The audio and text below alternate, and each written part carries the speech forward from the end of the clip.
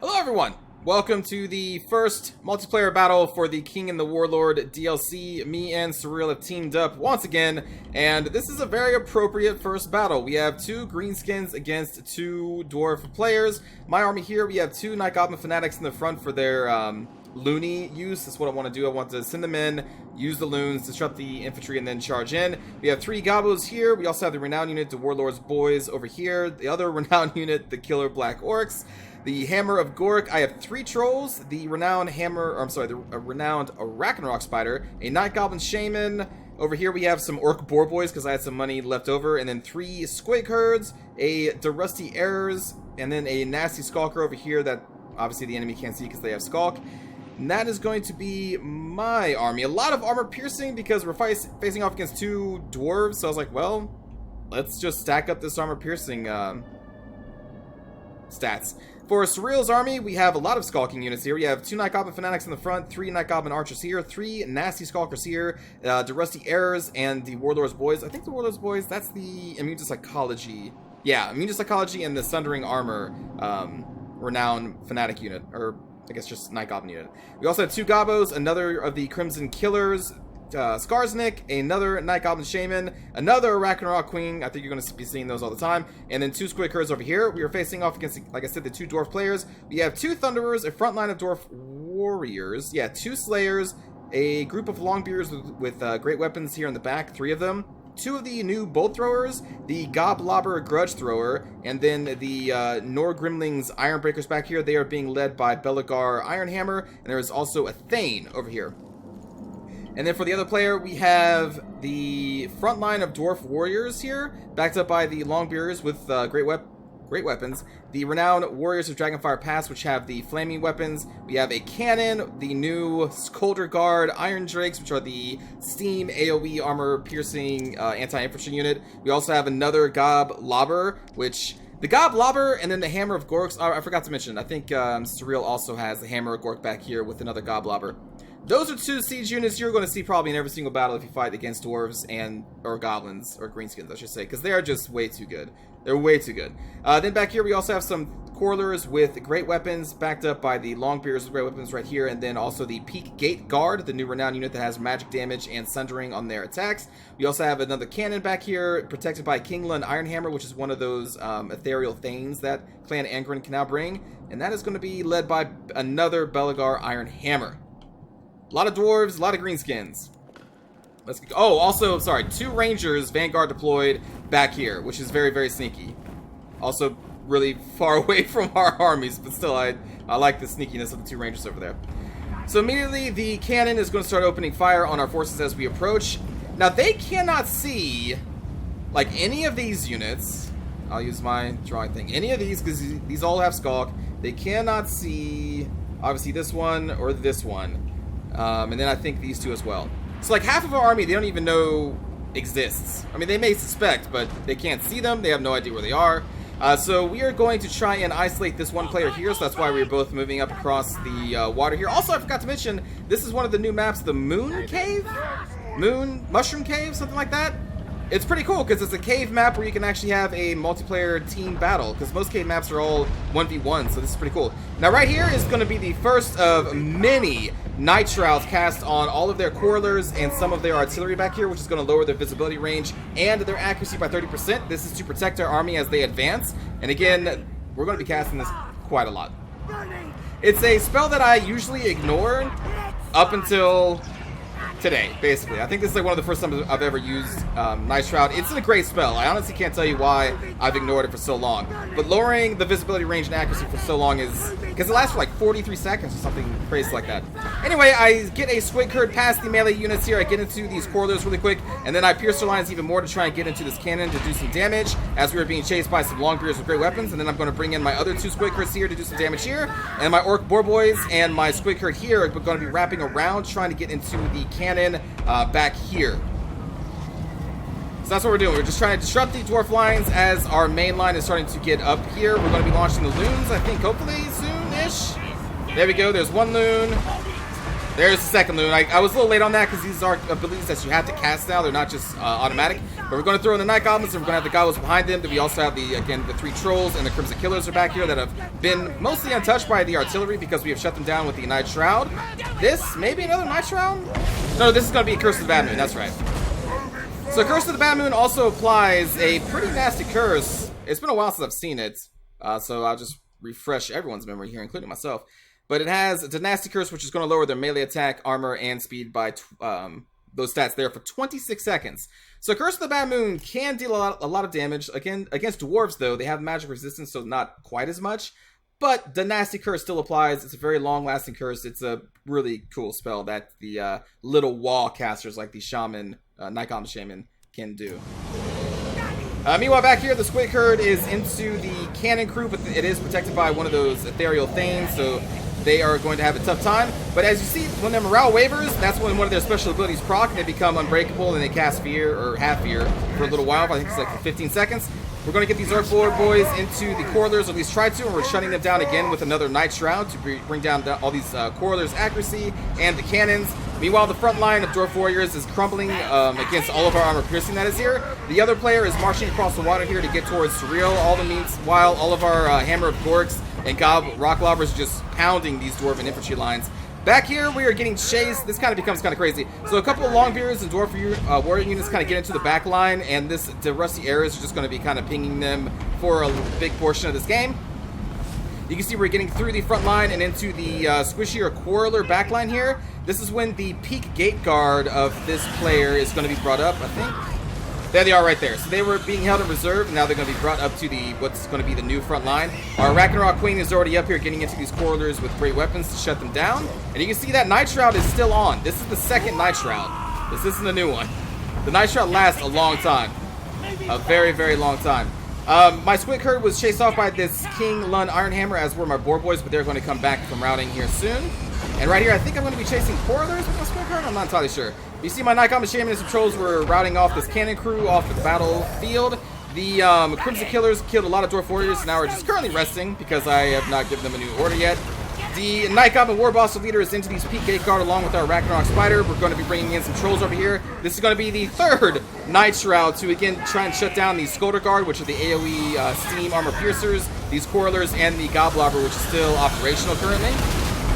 You can see Belligar Ironhammer is trying to hold off our entire force, and it took me a while to realize what was going on, so I'm going to slowly start moving our forces away from this, because this is exactly what the Dwarf player wants. They want me to have my entire infantry force against one unit, so we're going to try and pull them around and get into what's remaining of this Dwarf player over here. The Ethereal King Iron Lun is coming in to support the Peak Iron Guard, who by themselves are poisoned, and they're taking a lot of armor piercing damage, so they're not really supported, so they're kind of crumbling here.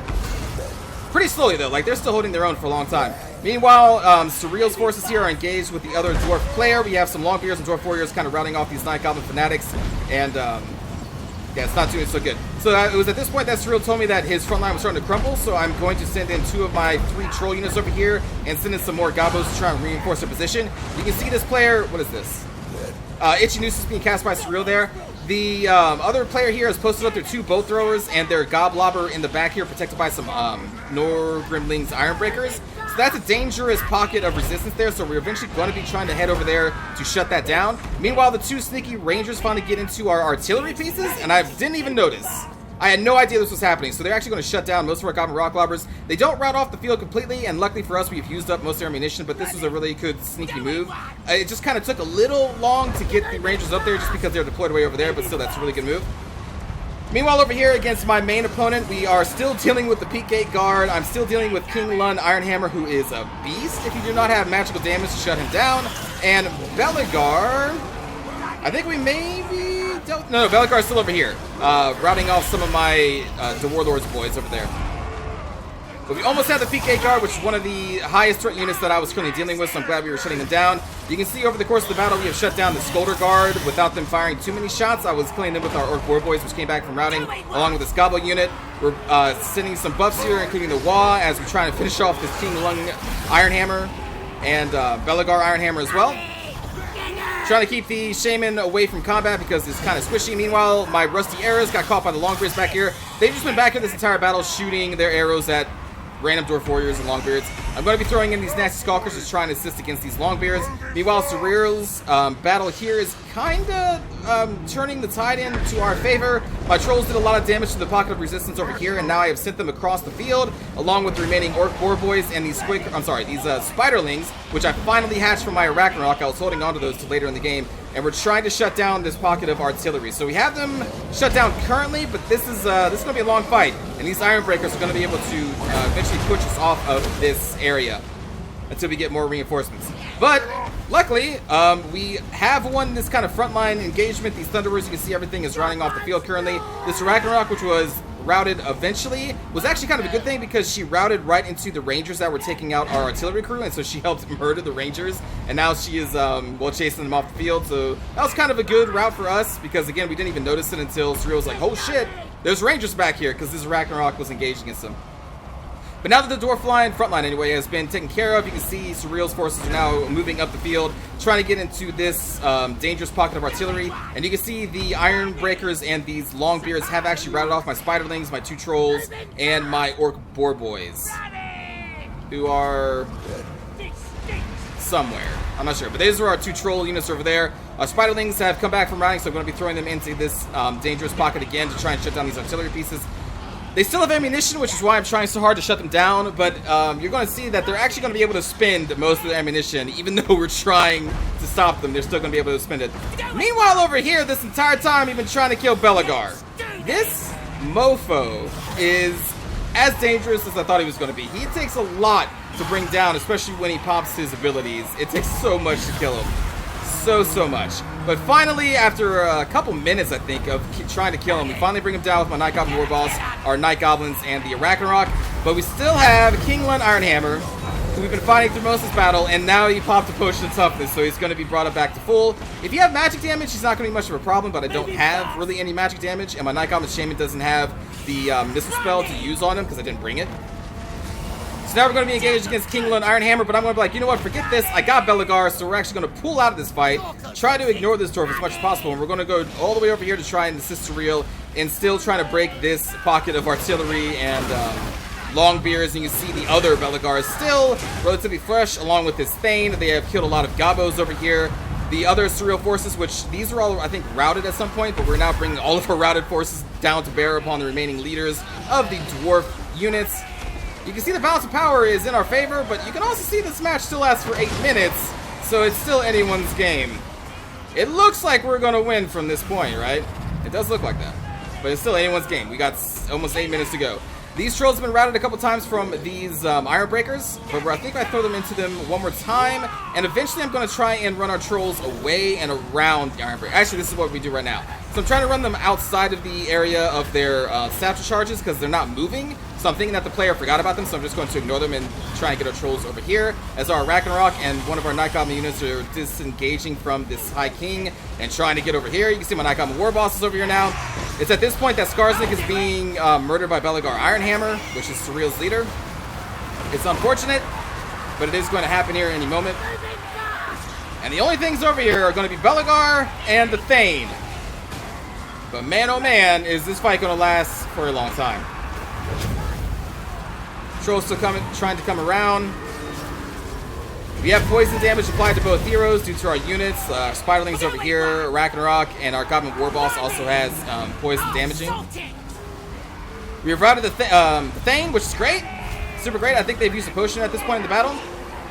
It's around now that these Iron Breakers are going to start to move towards this, and I do not want these Iron Breakers supporting Belegar Ironhammer, so I'm just going to throw our Arachnarok into here. I'm going to flank their other side with these 2 Trolls, and we're going to take out these Iron Breakers there. My Durusty Arrows were continually chased off by the Longbeard or Dwarf Warrior, so they're back. There they are. They're back here currently thinking about routing as I'm bringing up all of our routing units to try and deal with the 2 remaining Lords here. Actually, I think the Thane may be... There he is. The Thane is shattered? Yeah, the Thane is shattered at this point, but Belegar is still here, still operational, still being a pain, and also this King Lund Ironhammer is still doing fine. And again, they have Fear and Terror, so they are routing off our units. Here comes the Warriors of Dragonfire Pass, who are still alive with their flaming axes. Just bringing in some trolls who routed quite a long time ago, including our remaining Crimson Killers to try and deal with these warriors. Now, this is actually kind of bad for my trolls because the fire damage does do more against regenerating units, but luckily there's not many left and we're going to rout them off pretty quickly. Meanwhile, Belegar still stands, even against these nasty Skulkers who have armor piercing, Ragnarok who has armor piercing, the Crimson Killers armor piercing, but Belegar does not care. Belegar ignores all of that.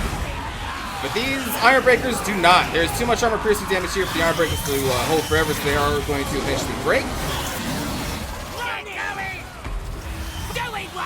5 minutes still. Still have Belegar and this King Lun Iron Hammer. 5 more minutes. Trying to keep my heroes protected here because the last thing I want is for them to get sniped by Belegar and this Ethereal Thane and then crash my leadership and throw it into their favor. So I'm going to try and keep them out of the battle. Luckily, this one is mounted, my Night Goblin War Boss, so he can easily outmaneuver the slower dwarf units. Over here, finally, I think that buff wears off and he finally shatters. Belegar Iron Hammer is off the field. And now, that's weird. There's 4 minutes left in this battle and all they have left is this one ethereal unit. Man, that's really weird. That's really weird.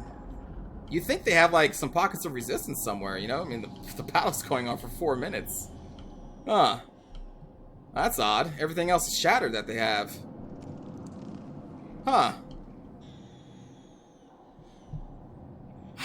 I'm gonna take a drink here.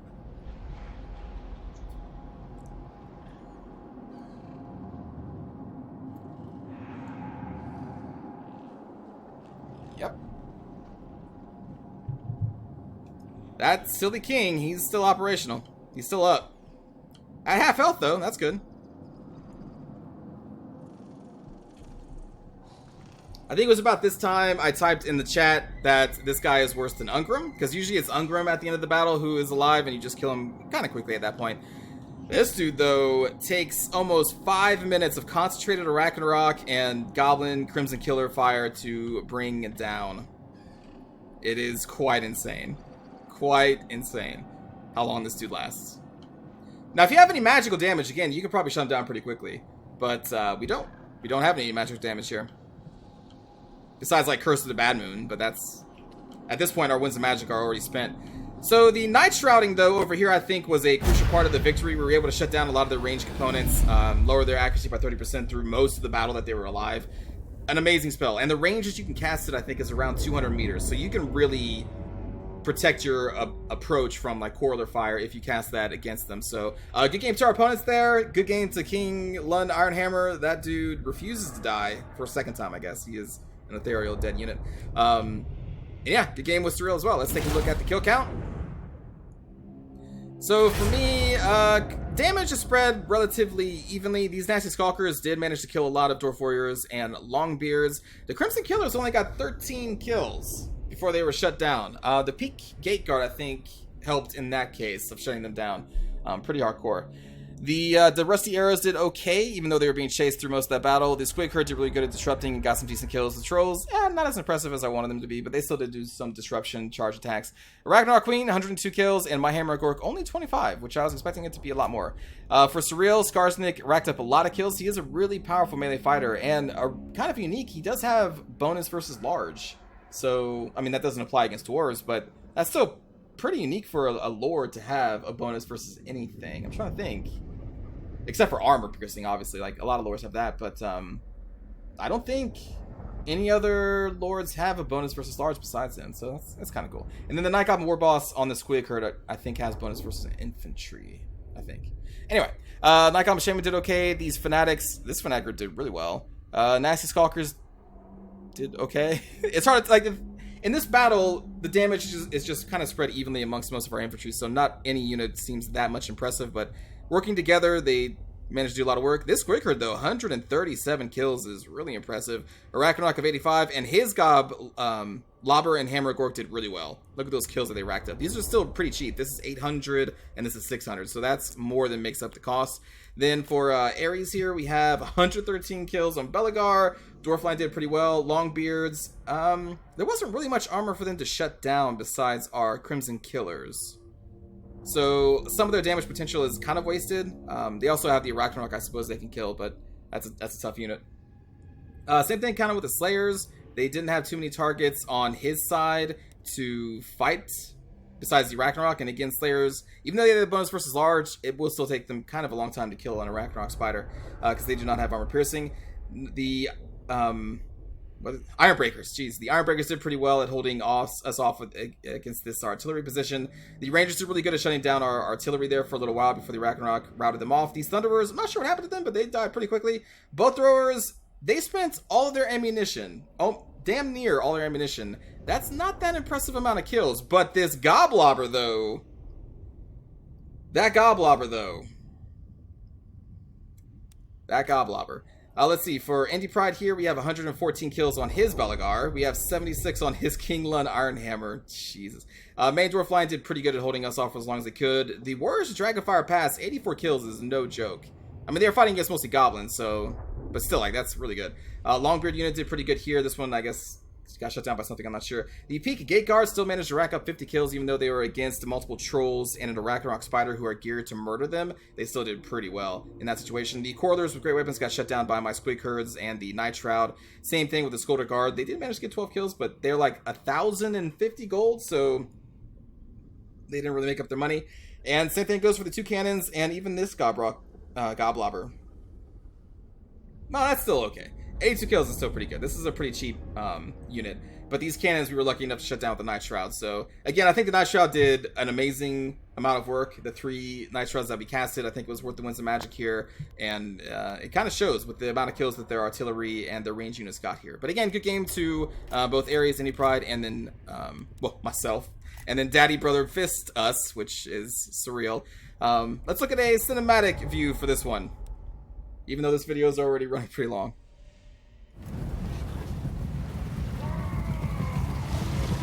Look at these happy squigs.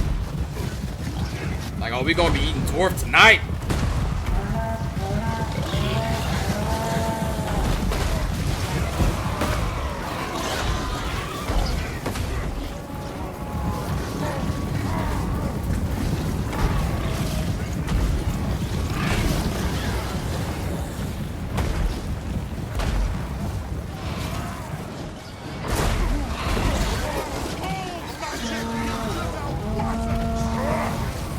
Run, Squigs!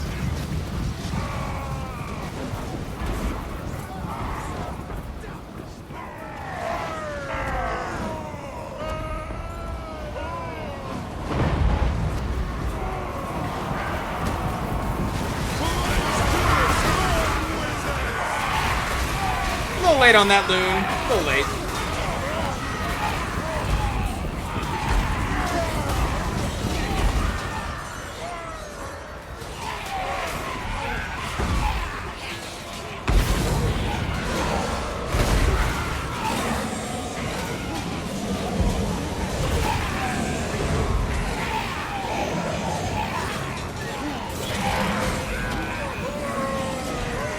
I didn't realize the cannon crew moved into my battle lines. I'm sure that was a misclick or something.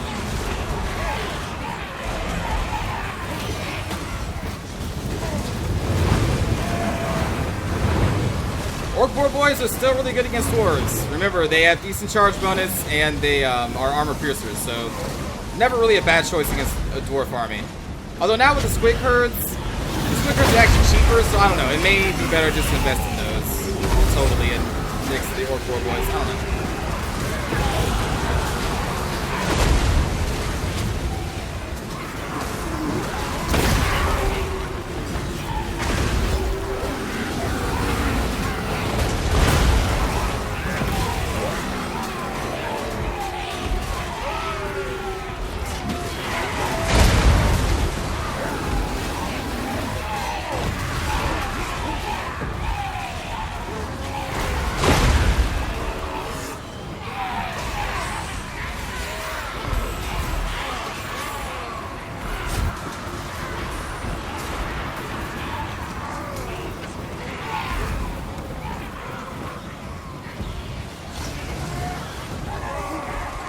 Oh, my poor Squig Herd.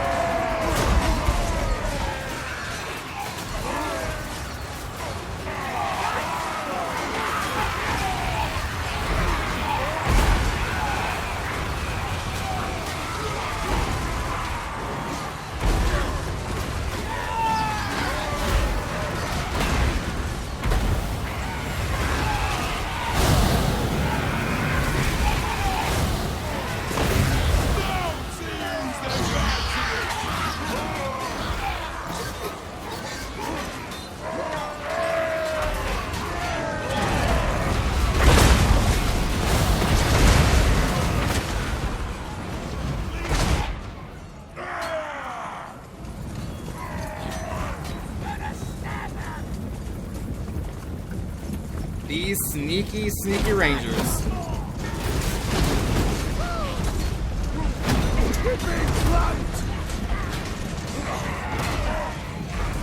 You would not see this before this DLC. There's like, they had no unit that could do this. Like I said, maybe like a gyrocopter, but they weren't sneaky about it. And like I said, that Ragnarok routing actually kind of worked to our advantage here. It was a purposeful route. He routed his own Ragnarok on purpose. Oh, that Slayer! Oh, God.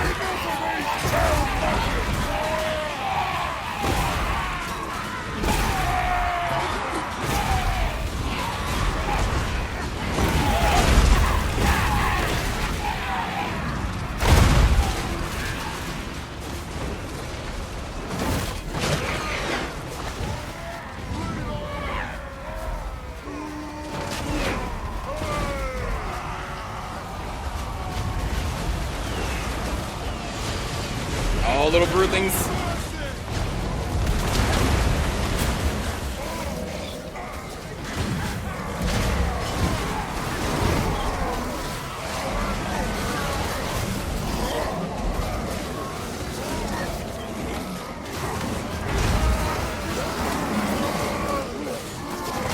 Are they gonna fire that like right into the troll's stomach?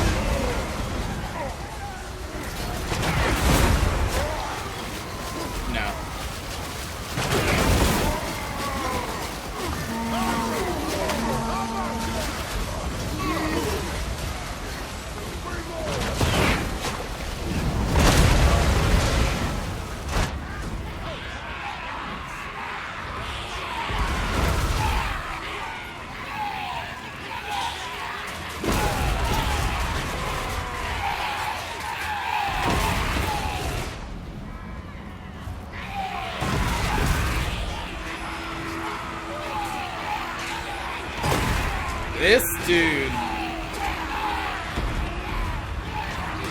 That dude. Man, I thought Thanes were strong. Thanes are still really strong because they were super cheap for what you get.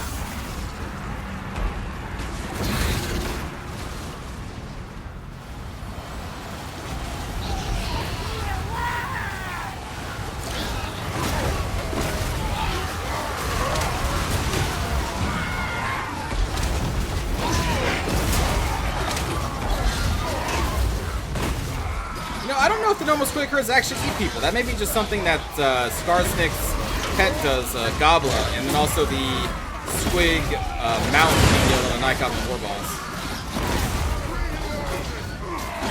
Like, I'm looking, but I don't know if there's actually eat people.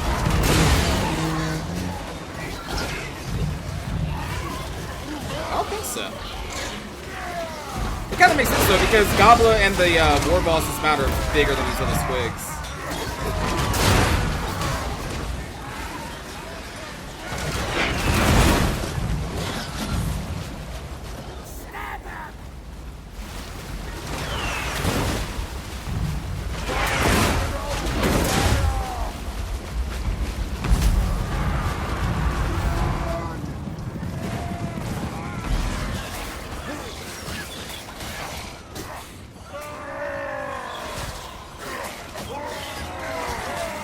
These spiders actually don't have much of a chance. I don't know why I sent them in right now. Maybe I thought the trolls were still there and I wanted to poison this unit. It's the only thing I can think of.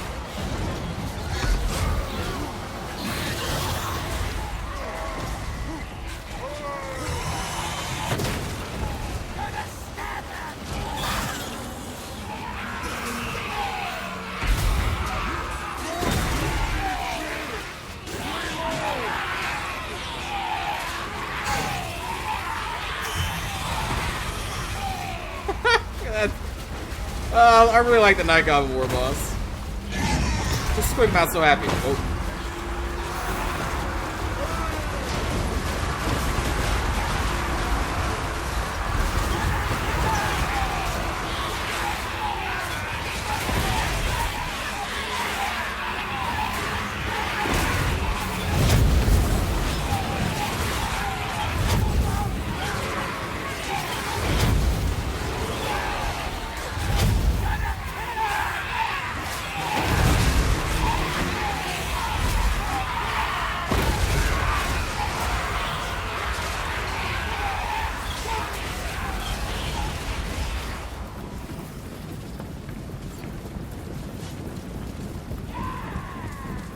You thought you were going to help your king. Yeah, those Iron Breakers really would have made a pretty big difference if they got around the king. Oh god, you just got eaten. I don't know if I've ever actually seen the Ragnarok eat somebody.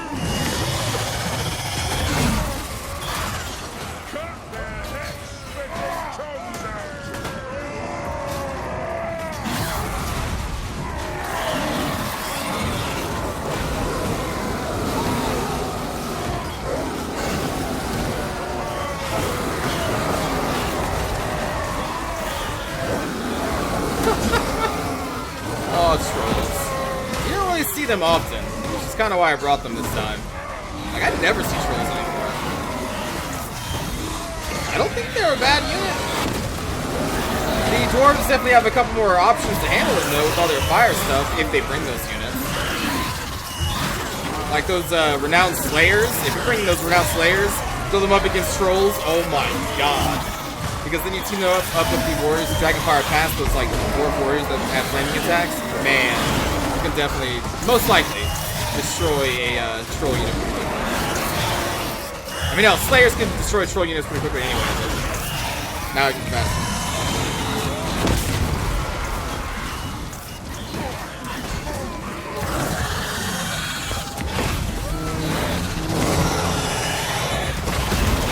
I wonder, maybe you don't see trolls as often because now in multiplayer, people actually bring slayers a lot.